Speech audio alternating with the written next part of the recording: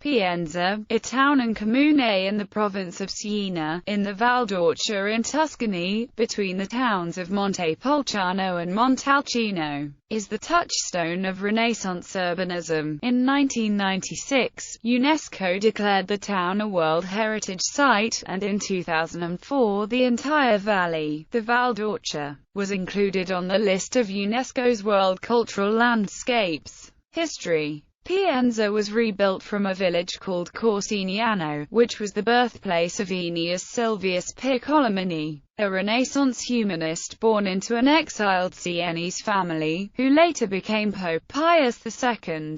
Once he became Pope, Piccolomini had the entire village rebuilt as an ideal Renaissance town. Intended as a retreat from Rome, it represents the first application of humanist urban planning concepts, creating an impetus for planning that was adopted in other Italian towns and cities and eventually spread to other European centers. The rebuilding was done by Florentine architect Bernardo Gambarelli, who may have worked with the humanist and architect Leon Battista Alberti, though there are no documents to prove it for sure. Alberti was in the employ of the papal curia at the time and served as an advisor to Pius. Construction started about 1459. Pope Pius II consecrated the Duomo on August 29, 1462. During his long summer visit, he included a detailed description of the structures in his commentaries, written during the last 2 years of his life.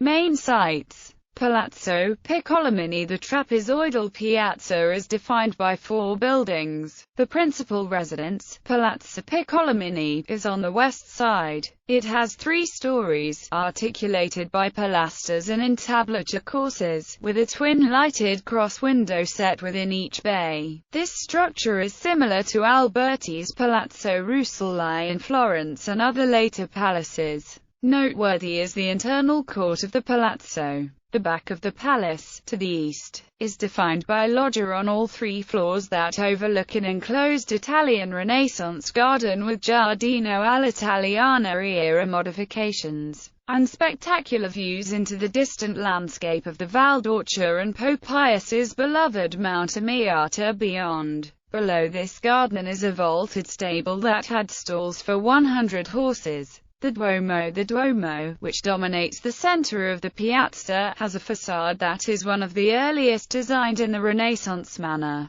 Though the tripartite division is conventional, the use of pilasters and of columns, standing on high dados and linked by arches, was novel for the time. The bell tower, however, has a Germanic flavor, as is the layout of the Hallenkisch plan, a triple-nave plan where the side aisles are almost as tall as the nave. Pius, before he became pope, served many years in Germany and praised the effects of light admitted into the German whole churches in his commentary. Works of art in the Duomo include 5 altar paintings from the Sienese school, by Sano di Pietro, Matteo di Giovanni, Becchietta and Giovanni di Paolo. The Baptistry, dedicated as usual to San Giovanni, is located next to the apse of the church. Palazzo Vescovile. Pius encouraged cardinals to build palazzi to complete the city. Palazzo Vescovile, on the 3rd side of the piazza, was built to house the bishops who would travel to Pienza to attend the Pope. Its construction was financed by Cardinal Rodrigo Borgia. It may represent a remodeling of the old town hall of Corsignano.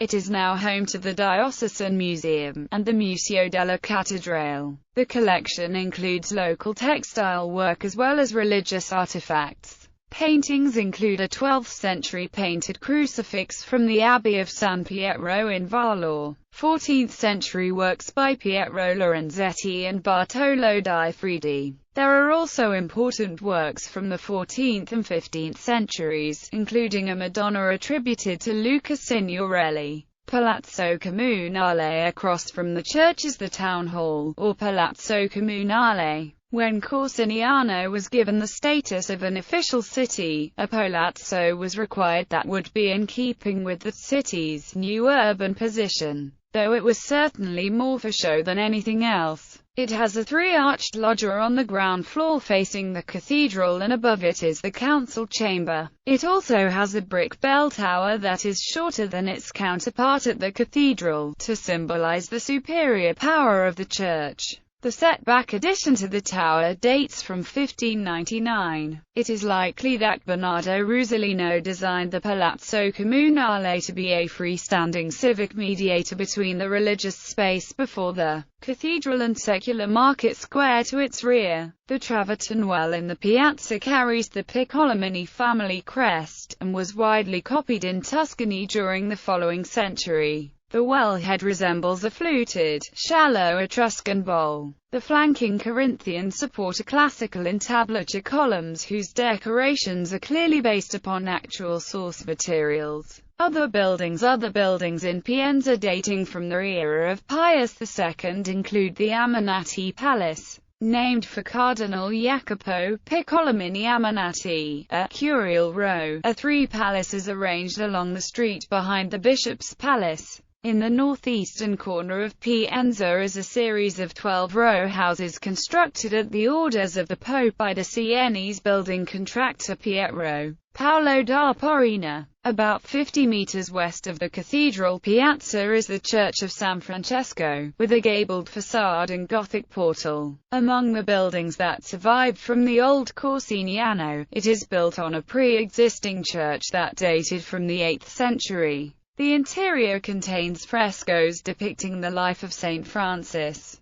those on the walls having been painted by Cristofano di Bindoccio and Mio di Pero, 14th-century artists of the Sienese school. The Romanesque Pieve of Corsiniano is located in the neighborhood. The monastery of Sant'Anna in Camprino was founded in 1332 to 1334 by Bernardo Tolomei as a hermitage for the Benedictines. It was remade in the late 15th, early 16th century, and several times in the following centuries. The refectory houses frescoes by Il Sodomar. The Frazione of Monticello is home to a characteristic romatorio, a series of grottos carved in the rock by hermit monks. In the same locality is the Pieve of Santi Leonardo e Cristoforo, rebuilt in the 13th century in Gothic style. The interior has frescoes from a 14th century Sienese painter, a ciborium in the shape of a small Gothic portal and an altar 15th century crucifix. At San Pietro in Campo are the remains of the eponymous abbey.